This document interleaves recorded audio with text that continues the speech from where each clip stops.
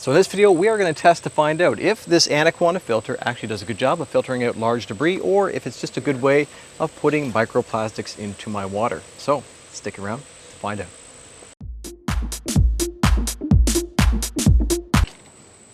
All right, we are finally ready to test out the ANACOANDA filter. I've got the bottom connector mounted. I don't have this in the pipe at the bottom, and there's a reason for that. I'll show you a little bit later on.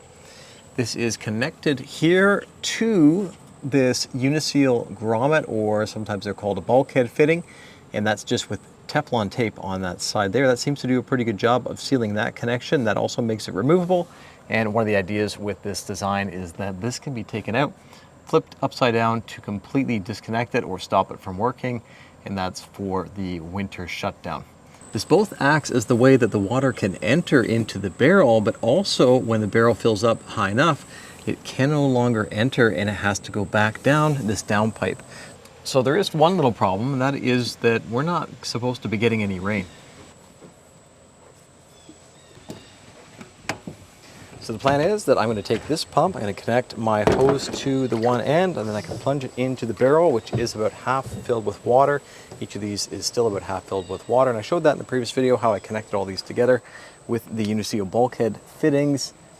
And none of these are actually glued. They're all still without any sort of adhesive in there, and they are absolutely leak-free. You can see that there is one drip just wants to drop there, but it is so minor. And this is dry down below it, so who knows how long that drip's been on there for. By the way, there have been quite a few good comments from the previous video about some improvement ideas for this setup. I definitely will take that into consideration, and since none of this is glued, I can actually still make some of those changes as well. The other end of the hose can then go up into the gutter, and then I'm able to take some of that gutter water that's pretty dirty and send it down here and see what happens inside this filter. I can also add some more stuff up into the gutter, and then it sends it down the downpipe and then also goes to the filter as well. We'll test that out also. Whoa, there is a lot of stones in here. Holy cow. Wow. Oh, I did not expect that many stones. And you can see that the bricks up on my chimney are spalling. That's a repair for another day as well. When they redid it, they didn't go down far enough. Not good. Okay, so you can see actually it's mostly stones. Oh, there's some bugs there. There are definitely some bugs. Bugs, and I don't know what that other thing is. There's another bug there. Well, that's interesting. This screw is not even put in. All right, I have the hose set up here, running along, and got a little bit of time before the water fills up enough so that it can actually get into the downpipe and then into the barrels and into our filter, of course. And on the other end, I'm just about ready to plug it in right here.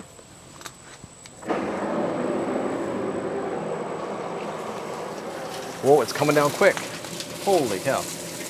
Oh yeah. Lots of junk spewing out the bottom. Wow.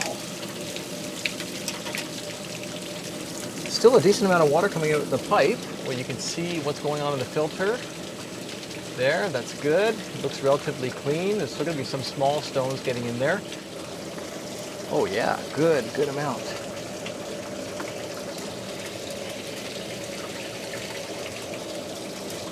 Nice. Yeah, so you can see the finer particles are still getting in here. That's perfect. And I turn it off for a minute. I have to show you something. Look at what happened here. As soon as I open this up, hear that? Oh, terrible. Look at this. Look at those stones.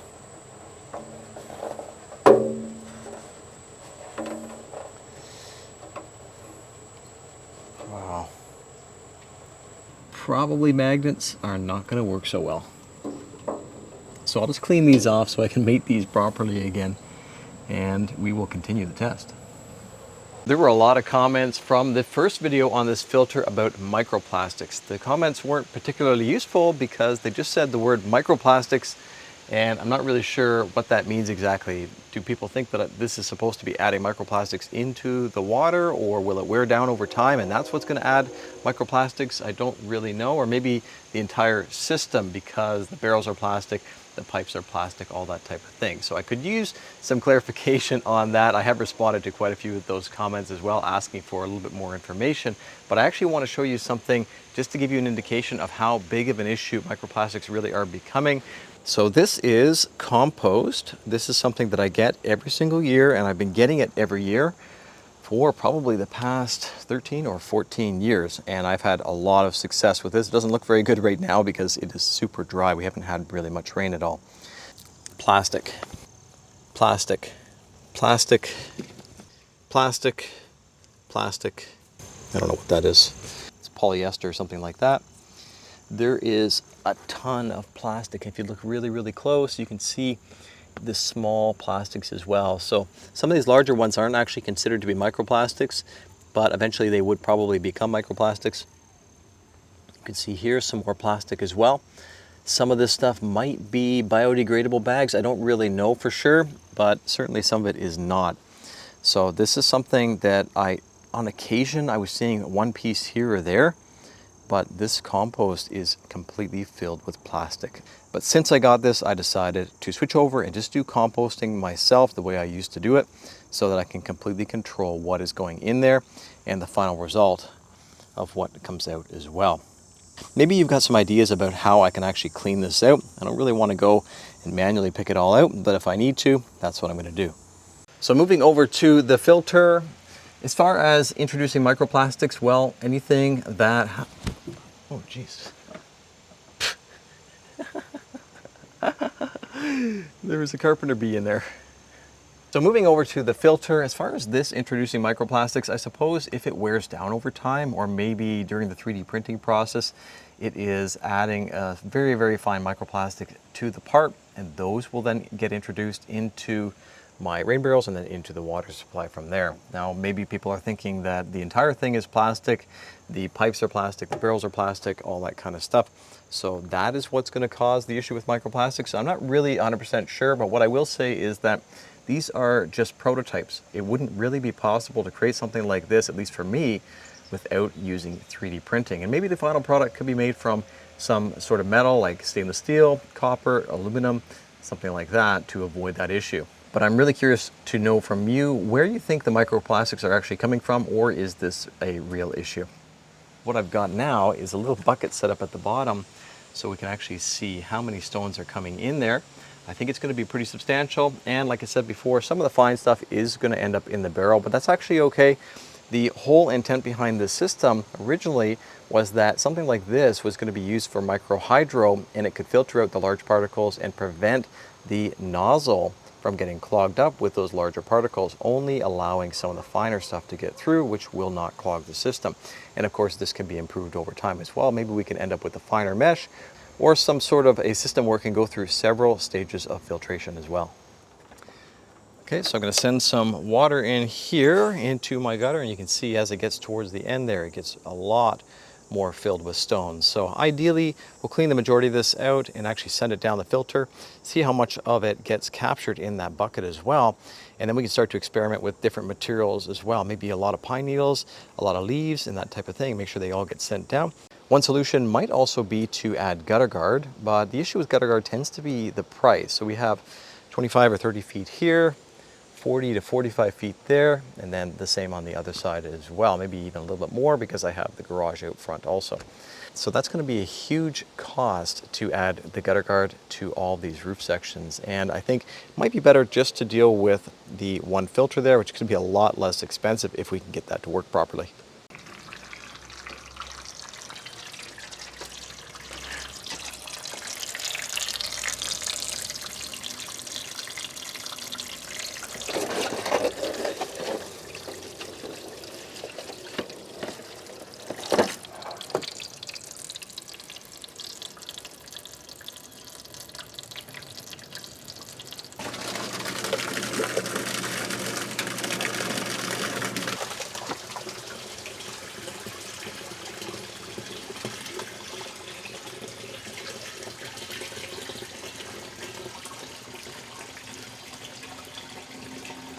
Okay, so I'm gonna wait for that to settle a little bit, and then I'm gonna take that water and actually dump it back in here so I don't get too low on water. And we'll see how many stones are in there.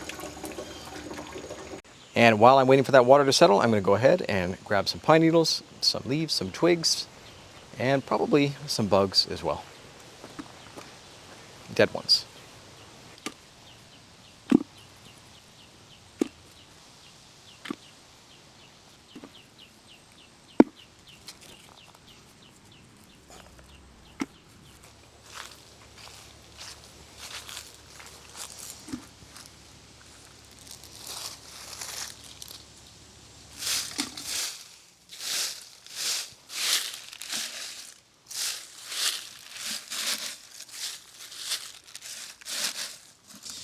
All right, so we have here a bunch of needles, small twigs, a little bit of bark, and we also have these samaras or helicopters, as some people call them. Now, these are not the gigantic ones. It's not the time of year for the large ones from the silver maple. These are from the crimson maple, and they should actually pose kind of a problem because they're so thin, they could actually end up getting jammed up in that filter. We'll see what happens with those. I also have the pine needles, which are really difficult to deal with. Now, they're not actually pine needles. They are from my spruce trees right there. They're ultra thin. They come to that sharp point as well. So we'll see what happens with those.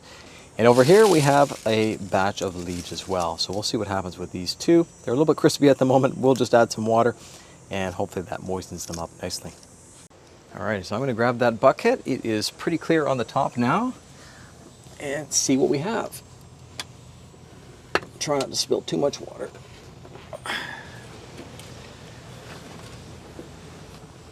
So we have, oh, is that a caterpillar?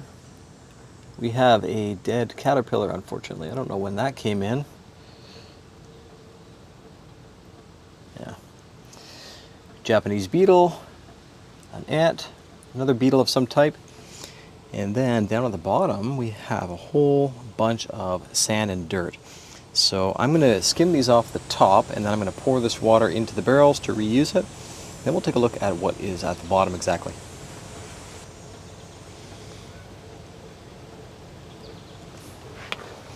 I also have these things. I don't know what this is. Is this a poop of some kind? What is that? It looks like either a clump of mud or some animal pooping on my roof. Oh, a couple pine needles on the top as well. That's a good sign. Spruce needles.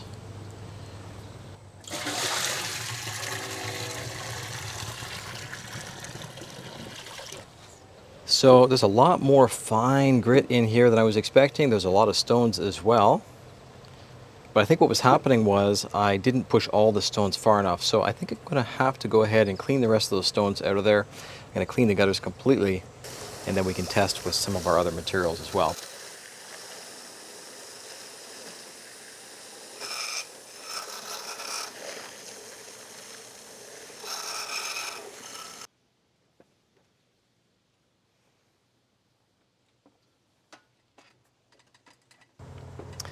All right, so you can see what's coming in here. Look how dirty this is. Very, very fine particles.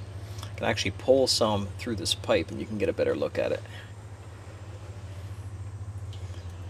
I'm not really sure it's even that bad of a thing. At the end of the season, of course, I'm gonna have all of this fine grit at the very bottom. I'm gonna need to clean out, but I don't think actually that's a problem. I think that it's gonna be, with these removable lids, pretty easy to do that.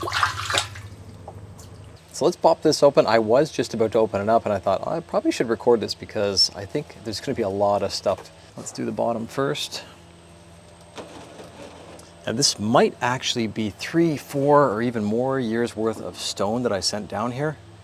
Wow, look at all that rock. I would have never thought that I'd had such a problem with rocks. All right, let's have a look inside. Now, none of this is connected, so technically this pipe should be a little bit higher. That's part of the reason why I think some of these particles are staying inside there. Let's open this up.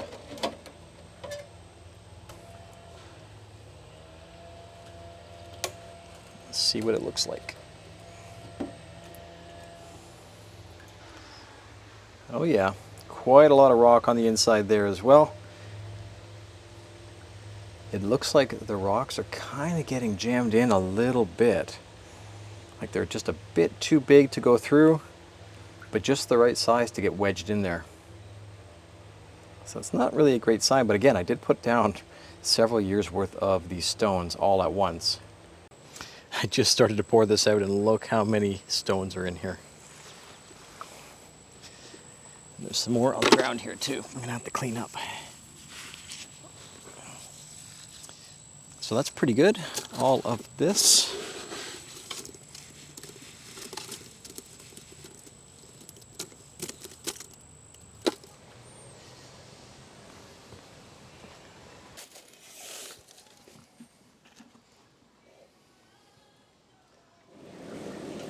Here it comes. Oh, nice. Big pieces dropping in there.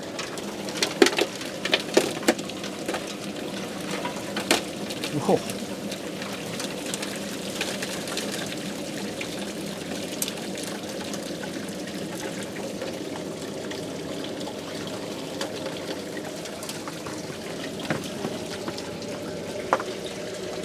Well, I see a few pine needles that were slipping through. A couple other little bits there. So almost nothing is going down there. There's still quite a bit coming in here. That's a good sign.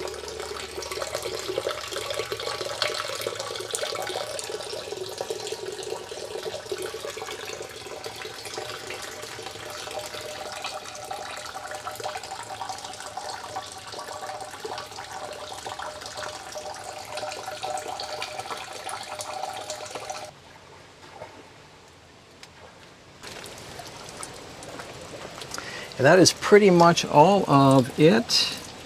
There's a little bit that's stuck up there. Unfortunately, some of the branches didn't actually fit in. That's a lot of pine needles that came down though. It's a good sign. Okay, and I think I finally got that pine cone out of there. Let's take a look. Yep, I did.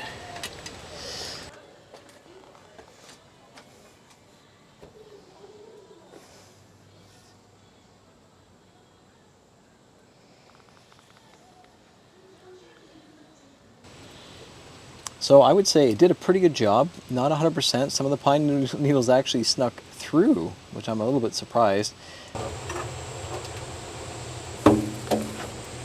Somehow all of this junk is getting hung up on these rocks. And they want to fall down pretty easily. So again, the little stones are a big problem with the magnets. I have a feeling as this dries out, some of this is just going to flake off. And some of it's actually just on its way out. Just didn't have enough water to get all the way out. Actually, a lot of this side is like that. So maybe it's not actually that bad. I'm just going to quickly spray from the top, not too hard, and just see how much of this comes out on its own and how much is left inside. Much, much better. Wow, that's a big difference. So actually it wasn't nearly as bad as I thought. It just seemed like maybe the last little bit of water that came out also, for whatever reason, brought a bunch of this stuff in with it, and it just kind of hung on to the edges.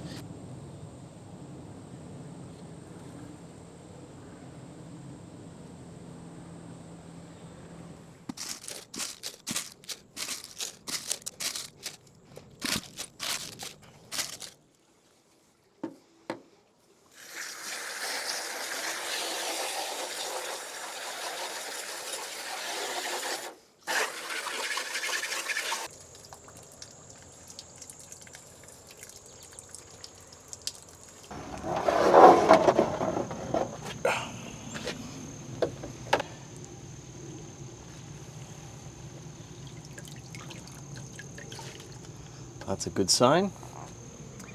And let's open up the filter. Again, some stones. Unfortunately, there's still stones coming out.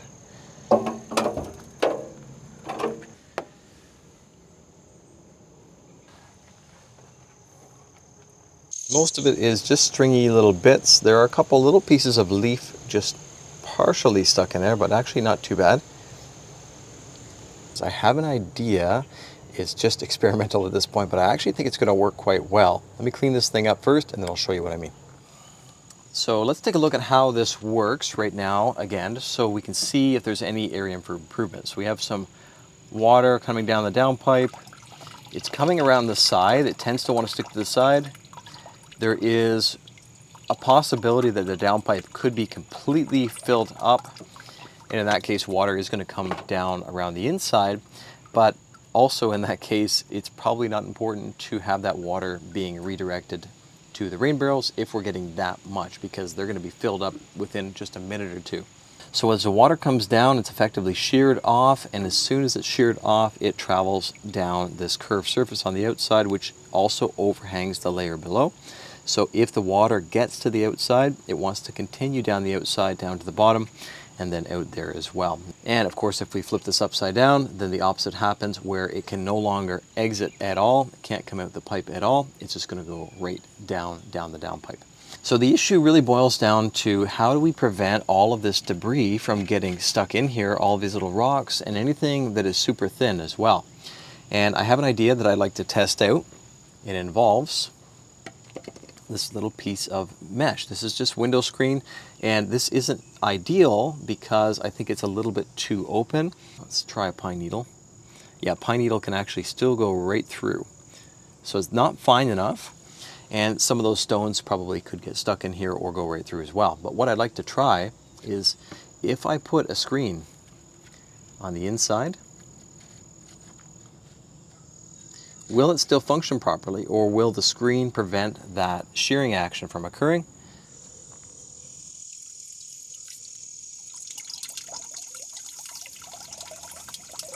And it is still working perfectly fine. And it might actually be working better if I can find maybe a stainless steel mesh that's really fine that I can put on the inside here. And I'll probably end up redesigning this a little bit because I do want a perfectly smooth inside as well. Then we'll be able to have something that prevents the rocks, prevents the pine needles from coming in, but the water still is effectively pulled in or drawn in through this ANACOANDA effect and then into our rain barrel setup. But in that case, it's going to be a lot more clean. This needs to be a self-cleaning system. Basically, you put it up there and you don't even need to think about it until the end of the season, where you're able to take it out, reverse it, and basically disconnect it. When the winter's over, we can do the exact opposite, flip it back around, connect it back up, and we're good to go. As far as the mesh goes, I would like to maybe buy 2 different sizes, 3 different sizes of stainless steel mesh, and then we'll try a bunch of different versions of that and see if one mesh size is going to work better than another one. In my mind, the finer mesh is going to be better, but the fine mesh might prevent some water from getting into the system as well, and that could cause a different issue. So let me know what you think about that idea as well. Thanks to my patrons for helping to make these videos possible. And thank you for watching. Take care, and I hope to see you on the next one.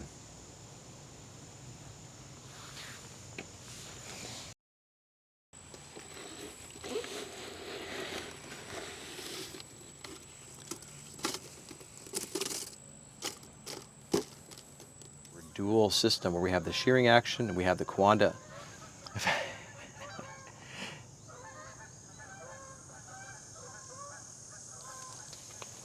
Good amount.